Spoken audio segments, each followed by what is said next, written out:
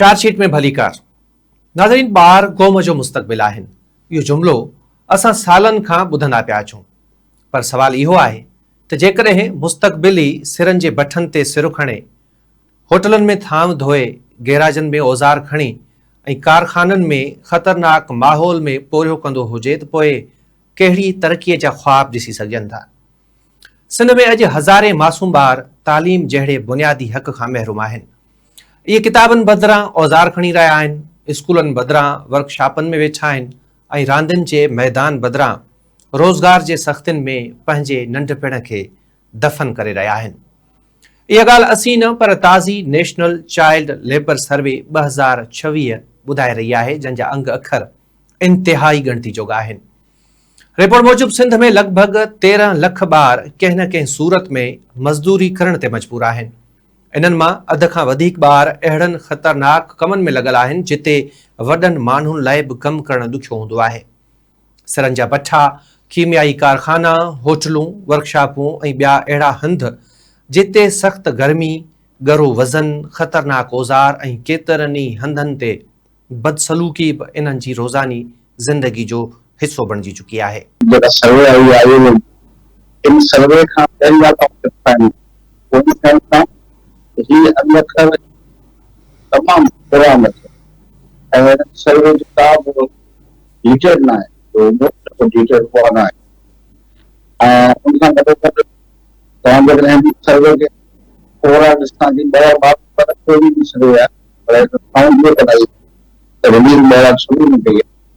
हाणे इन में जेका अखर में चाइल्ड लेबर जो रेशो वधि खां वधि ठीकु आहे एग्रीकल्चर सेक्टर में, ॿियो न ॾेखारिया डिफरेंट सेक्टर में, मैन्युफैक्चरिंग में। तो ॾिसो त हिते हर जॻह ते child labour, domestic child labour आहे। हथ खां कराची सॼी जेके बंगला आहिनि हुन में ॿार कमु था कनि, जेके हुननि ते ॿार कमु था कनि, इवन तव्हां गैरेजिस आहिनि, इवन ट्रकूं आहिनि, कंडक्टर आहिनि, जेके बि जॻह ते आहिनि ॿार अनसेफ आहिनि। स्ट्रीट चिल्ड्रन तमामु घणा आहिनि, स्ट्रीट चिल्ड्रन तकरीबन ॿार चाइल्ड लेबर में, ऐं बेगिंग चिल्ड्रन बि चाइल्ड लेबर में। हाणे उहे ॿार ॿारनि खे न सिर्फ़ु चाइल्ड लेबर वठो वञनि, पर चाइल्ड लेबर सेक्टर अभी के शिकार थी। पर ठीकु आहे, चलो असां हिकिड़ी ॻाल्हि मंज़ूर थिए करे उन्हनि सर्वे खे अंग गॾु कया। हाणे उन अंग खाते जेके रिकमेंडेशन आहिनि, उन ते स्टेट कहिड़ी पॉलिसी, स्टेट जो हिन वक़्तु ताईं को रदे अमल न, जॾहिं त चाइल्ड प्रोटेक्शन अथॉरिटी एक्ट जे तहत चाइल्ड प्रोटेक्शन अथॉरिटी आहे, पूरी उन अथॉरिटी जा पंहिंजा कम आहिनि, अञा ताईं उन वक़्तु न थियो आहे ख़ासि। आख़िर इहे ॿार हिते छो पहुता? हिन जा ॿ वॾा सबब साम्हूं अचनि था। हिकु वधंदड़ गुरबत ऐं ॿियो तालीम जे शोबे में मौजूदु मसइला। रिपोर्ट मूजिबि पोरियो कंदड़ ॿारनि मां वॾो अंग अहिड़ो आहे जन कॾहिं स्कूल जो मुंहुं ई न आहे ॾिठो। केतिरनि ई इलाइक़नि में सरकारी स्कूल बंदि हुजणु, उस्तादनि जी खोट या तालीमी सहूलियतुनि जी अणहूंद सबबि वालदेन वटि ॿारनि खे तालीम बदिरां मज़दूरी ॾांहुं मोकिलण खां सवाइ ॿियो को रस्तो नथो बचे। सिंध में ॿारनि जे पोरे खे रोकण लाइ कानून मौजूदु आहिनि। लाॻापियल खातनि, लेबर इंस्पेक्टरनि ऐं चाइल्ड प्रोटेक्शन इदारनि जूं ज़िम्मेवारियूं पिणु वाज़े आहिनि। जेकॾहिं कानून मौजूदु आहे त पोइ एतिरे वॾे अंग में ॿार मज़दूरी छो करे रहिया आहिनि? छा कानून ते अमल दरामद में कमज़ोरियूं आहिनि? छा निगरानी जो निज़ाम मुयसरु न आहे? या मसइलो उन खां बि घणो वॾो आहे? इहा बि हक़ीक़त आहे त ॿारनि जो पोरियो रुॻो चांहि जे होटलनि ताईं महदूद न आहे रहियो। सिंध जे केतिरनि ई सनती ऐं ॿाराड़ी वारनि इलाइक़नि में ॿार अहिड़नि कमनि में मसरूफ़ आहिनि जेके संदनि जिस्मानी ऐं ज़हनी सिहत लाइ इंतिहाई नुक़सानकार आहिनि। केतिरई ॿार रोज़ानो 12 खां 14 कलाक कमु कनि था, जंहिं सबबि न रुॻो संदनि तालीम मुतासिर थिए थी, पर संदनि मुस्तक़बिल बि ख़तरे में पइजी वियो आहे। ॿिए तरफ़ सिंध में हर साल तालीम लाइ वॾी बजट मुख़्तस कई वञे थी, पर जेकॾहिं ज़मीन ते स्कूल फ़ाल न हुजनि, उस्ताद मौजूदु न हुजनि या तालीमी सहूलियतूं मुनासिब न हुजनि, त पोइ उन बजट जा नतीजा अवाम खे नज़र छो नथा अचनि? इहो सवाल बि पंहिंजी जाइ ते मौजूदु आहे। समाजी माहिरनि जो चवणु आहे त चाइल्ड लेबर रुॻो कानून लागू करण सां ख़तमु न थींदो।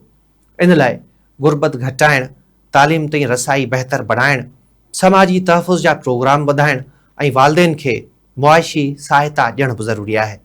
जेकॾहिं ख़ानदान जी मुआशी हालत बहितर न थींदी त ॿार वरी बि मज़दूरी ॾांहुं धिकजी वेंदा। पाकिस्तान गवर्नमेंट जो सम्मान थोरो आहे, दुनिया में इंटरनेशनल लॉ अचे उन ते साइन करण लाइ मन कोशिश करण लाइ तयार हो, साइन करे ईंदा आहिनि वरी रेटिफाइड ऐं अखि पूरे कंदा। Somehow agreement that the child never know more, somehow agreement that the lunar signing pressure agreement that the हिते अच्छा इम्प्लीमेंटेशन जी तव्हां ॻाल्हि कई बेसिकली तव्हां हिते सॼो सरकार सॼो जेका आहे साम्हूं मतिलबु ऐं हुन सभु शयूं कानूनी शयूं असल में कंट्रोल। हाणे पंजाब ऐं सिंध ॿिन्ही खे कंपेयर कजे, पंजाब जो लॉ जेके सभु ब्यूरोक्रेसी जे ब्यूरोक्रेसी मीन्स के सिक्योरिटी मतलब पढ़ियो लिखियो ऑफिसर कुछ भी हुजे इंडिपेंडेंट ना लॉ खे नीड करे। सिंध में सभु जो सभु मिनिस्टर ऐं डिपार्टमेंट्स जेके बि आहिनि उन सभिनी खे मिनिस्टर जा चाहे सेक्रेटरी बंदी सां रखंदा ऐं उहे जीअं इशारा कंदा हलंदा करप्शन हूंदो आहे। ऐं हिते सिंध गवर्नमेंट में जॾहिं खां तकरीबन पीपल्स पार्टी जो सियासी पार्टी ऐं इहो सोशल एक्टिविस्ट चई सघां थो असांजो बुनियादी तौर ते ॾाढो ग़लति थियो आहे हर हवाले। इवन असेंबली में तव्हां लॉ जी ॻाल्हि कई इम्प्लीमेंटेशन थिए त अनपढ़िया ऑफिसर अनपढ़िया पार्लियामेंट वेठा जो ज़िंदगी में कॾहिं हुननि लॉ पढ़ियो ई न हुजे उहो कीअं लाइ ठाहींदा ॿाहिरि लॉ जो कहिड़ो फीडबैक। सिंध जे मुस्तक़बिल जो दारोमदार अॼु जे ॿारनि ते आहे। जेकॾहिं इहे ॿार किताबनि बदिरां सिरूं खणंदा, कलम बदिरां औज़ार पकड़ींदा त सभ खां वॾो नुक़सानु रुगो इन्हनि ख़ानदाननि जो न पर सॼे समाज जो थींदो। हाणे ज़रूरत रुगो बयाननि, सेमिनारनि ऐं फोटू सेशन जी नाहे पर अमली क़दम जी आहे। लाॻापियल इदारनि खे पंहिंजी ज़िमेवारी बाबति वाज़िह जवाबु ॾियणु घुरिजे। ख़तरनाक हंधनि ते ॿारनि खां पोरियो वठंदड़नि ख़िलाफ़ कानून मूजिबि कार्रवाई थियणु घुरिजे ऐं हर उन ॿार खे स्कूल ताईं वापसि आणण लाइ असराइता क़दम खणणु घुरिजनि जेको अॼु मज़दूरी करण ते मजबूर आहे, छाकाणि त हर ॿार जो सभ खां वॾो हक़ मज़दूरी न पर तालीम आहे। नजमी साहब बहुत शुक्रिया सर वक्त देने का। सर एक सर्वे जारी हुआ है चाइल्ड लेबर के हवाले से जिसमें बताया गया है कि तकरीबन 16 लाख से ज्यादा जो बच्चे हैं सिंध में वो चाइल्ड लेबर का शिकार हैं, तो क्या कहेंगे आप इस सर्वे पे? लेकिन हमें बड़ा रियलिस्टिक होना पड़ेगा। हम चाइल्ड लेबर पे तो बात करते हैं, देखिए एक गरीब आदमी जिसके घर में खाने को नहीं है वो अपने 10-12 साल के बच्चे से काम कराएगा। पहले तो हम लोगों को माशी तौर पे इतना मुस्तहकम करें कि उनको अपने बच्चों से काम ना कराना पड़े। अदरवाइज उनसे ये कहना कि चाइल्ड लेबर क्यों करा रहे हो, ये सब फैशन की हद तक तो मैं इसको मानता हूँ। अगर आप रोकना चाहते हैं तो पहले जो आदमी अपने बच्चे से काम करा रहा है उसको कोई ऐसी अपॉर्चुनिटी हमारा माशरा नहीं दे रहा, हमारा सिस्टम नहीं दे रहा कि वो अपने बच्चों को पाल सके। दूसरी एक बड़ी वजह जो अभी फेडरल गवर्नमेंट बहुत तेजी से इस पे बात कर रही है और ये हमारी बहुत बड़ी जरूरत है कि हम बर्थ कंट्रोल नहीं कर पा रहे। एक गरीब आदमी के घर में 6-6, 8-8 बच्चे हो रहे हैं। ये हमारे लिए एक बहुत बड़ा इशू है इस वक्त। ये भी चाइल्ड लेबर को आपके बढ़ा रहा है। सही। अच्छा सर, पीपल्स पार्टी 18 साल से लगभग सिंध में हुकूमत कर रही है।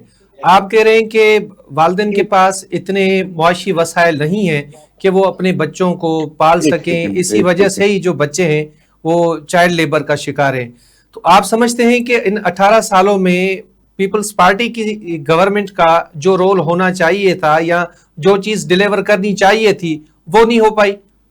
मेरी बात सुनिए, ये 18 साल की गवर्नमेंट की बात नहीं है जी, ये पूरे पाकिस्तान का इशू है, ये कोई सिंध का इशू नहीं है। आपने सिंध का सर्वे कर लिया, आप इस वक्त देखें कि पंजाब में सराइकी बेल्ट से कितना लोग यहाँ से कराची आ रहा है, उनको पंजाब में रोजगार नहीं मिल रहा ना। छोटे छोटे बच्चे रिक्शे चला रहे हैं यहाँ पे। वो बच्चे कौन है ये देखें कि क्या सिंध के हैं या किसी और सूबे से आए हुए? सही, वो किसी और सूबे से आए हुए। आपको देखिए केपी की कितने बच्चों का ताल्लुक केपी से है। अगर आप सिंध के बच्चों को गिन रहे हैं तो उसमें फिर आपको ये भी देखना पड़ेगा कि कितने बच्चे पंजाब के हैं, कितने केपी के हैं। देखिए बात ये कि माशी पॉलिसी एक सूबे में नहीं बनती, पूरे मुल्क के लिए होती है। अगर तो आप पूरा मुल्क तरक्की करेगा तो सूबा भी करेगा, अगर मुल्क तरक्की नहीं करेगा तो कोई सूबा अलग से तरक्की नहीं कर सकता।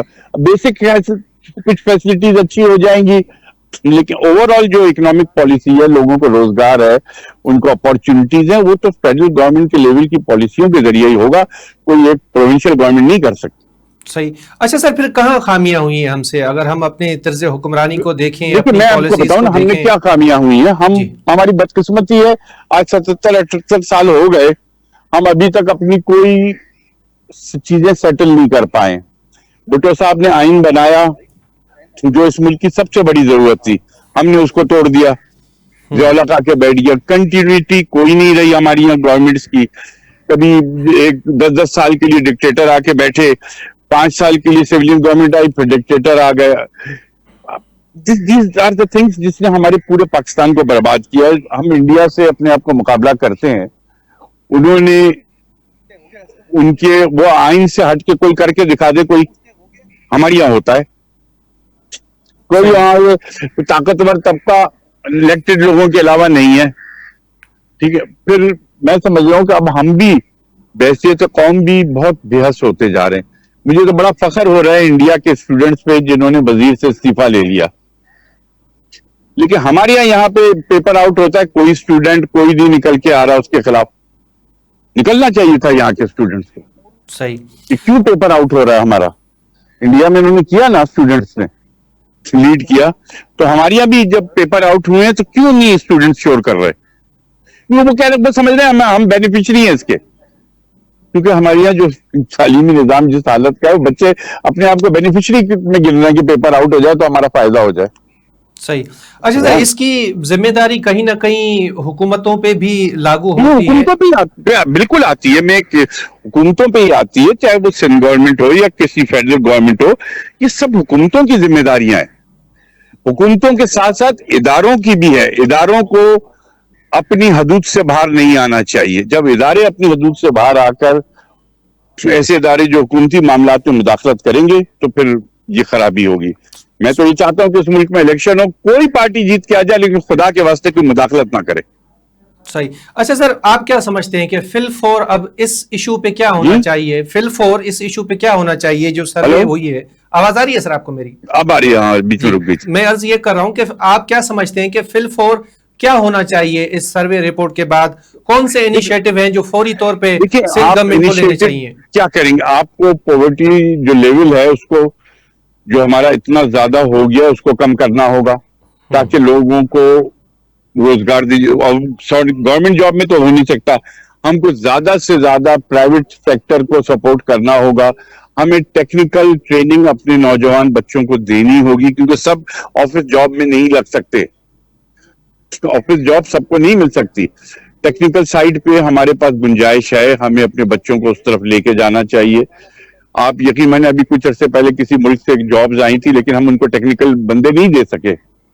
सही। ये हमें इसके ऊपर होगा, और इकोनॉमिकली हमें सोचना होगा। लॉन्ग टर्म पॉलिसी हो, कोई डिस्टर्ब ना करे उसको।